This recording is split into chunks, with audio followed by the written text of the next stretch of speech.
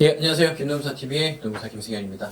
좀 오랜만에 성공 사례 또 한 가지 좀 설명드릴까 해요. 직장 내 괴롭힘 사례, 성공 사례는 저희가 좀 많이 설명드리는데요. 좀 특이한 점도 있고 해서 설명드릴 필요가 있을 것 같습니다. 공공기관에서 발생한 사례고요. 난이도는 제가 보기엔 극상, 제일 어려운 사건인 것 같아요. 몇 가지 특징이 있어요. 이렇게 난이도가 어렵다는 얘기는 분명한 사건이 잘 안 잡힌다는 의미는 가까워요. 그러니까 제가 늘상 설명드리는 거지만 직장의 괴롭힘 문제가 정말 어려운 이유가 무엇이 어떤 일이 있었는지를 체킹하기 어렵다. 이게 이제 가장 큽니다.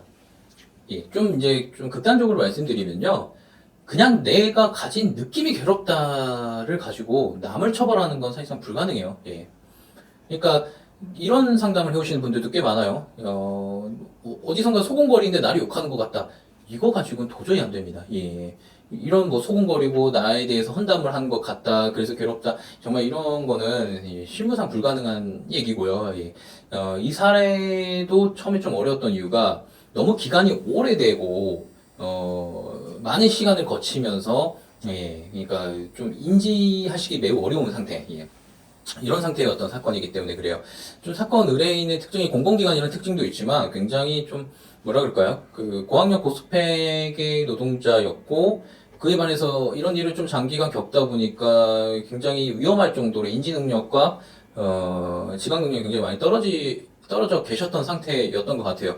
저도 처음에 상담을 하자마자 좀 권해드렸던 게 이거 직장 괴롭힘 문제 해결할 게 아니라 병원 가셔야 된다라는 좀 말씀을 드렸던 걸로 기억나는데 병원에 가시자마자 입원을 권유를 받으신 것 같더라고요.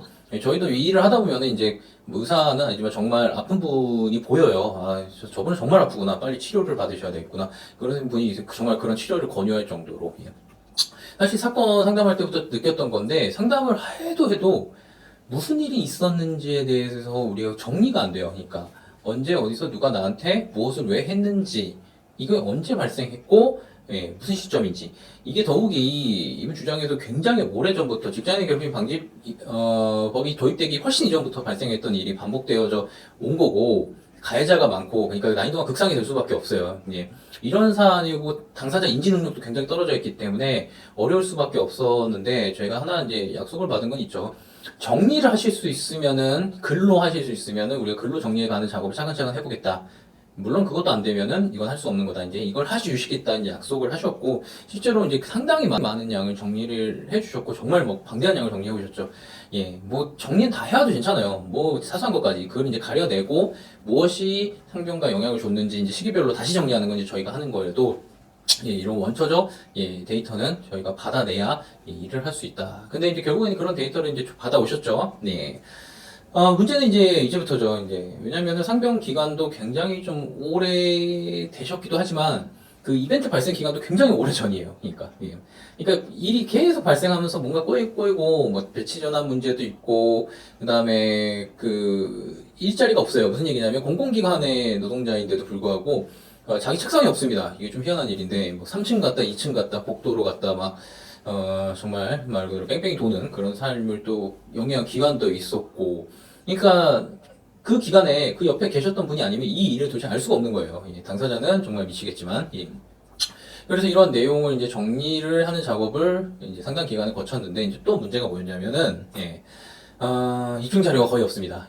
사실상 녹취되고 부적절한 내용 이런 내용 다 알겠는데 입증 자료가 거의 존재하지가 않아요.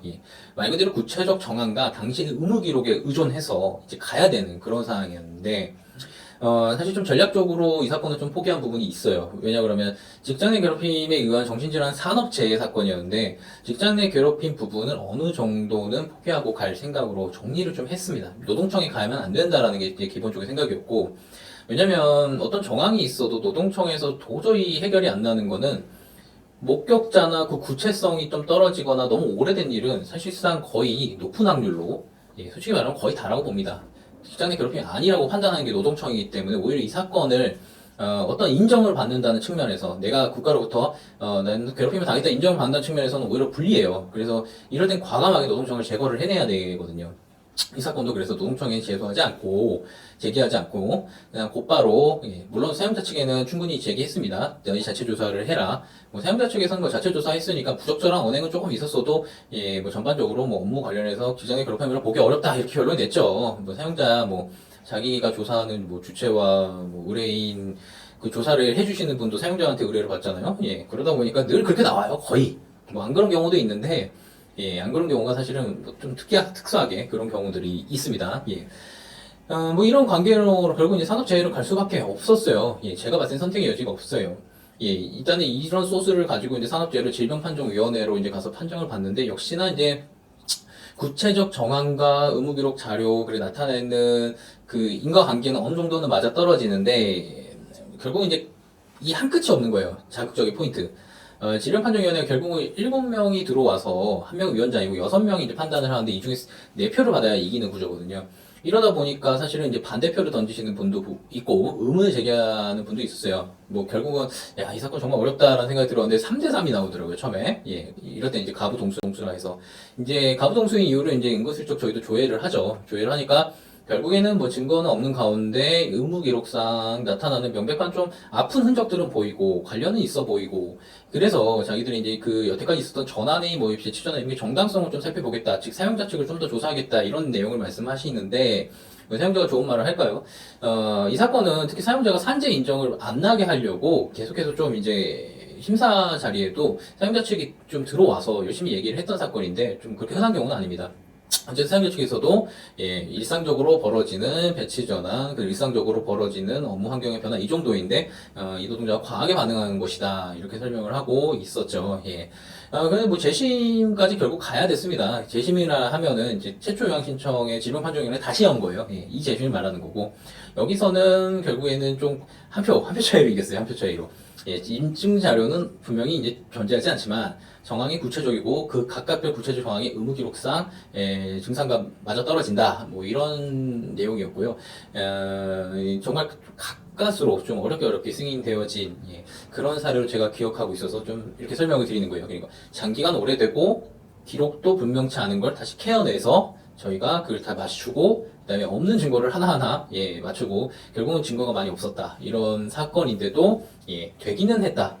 어렵게 사실 이 사건이 만약에 최초 요양 신청해서 질판에서 인정이 안 됐으면은 정말 고생했을 사건이에요. 이 사건 아마 소송을 가도 보장이 안 돼요. 이런 사건은 참 이게 어떻게 보면은 이게 그 대리인들이 열심히 하는 것도 중요한데 당사자 운도 중요합니다. 솔직히 말씀드리면은 그러니까 열심히는 할 수 있어도 판단자도 잘 만나야 되고요. 모든 게 좀 이렇게 막 맞아야 돼요. 물론 뭐 열심히 한 다음에 뭐 하늘을 봐야죠. 그런 부분에서는 좀 의미 있는 사건이었다. 이렇게 좀 설명을 드리겠습니다. 자, 오늘 김nom사 TV에서는 성공 사례로 공공기관의 직장의 괴롭힘 성공 사례 한 거 설명드렸고요. 깊이 개입해서 해서 좀 의미가 있는 것 같습니다. 저희도 어려운 사건인데 잘 되면 좀 의미가 남다른 것 같습니다.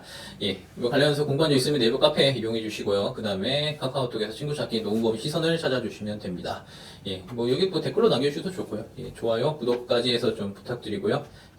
오늘은 여기까지 해서 좀 마치겠습니다. 감사합니다.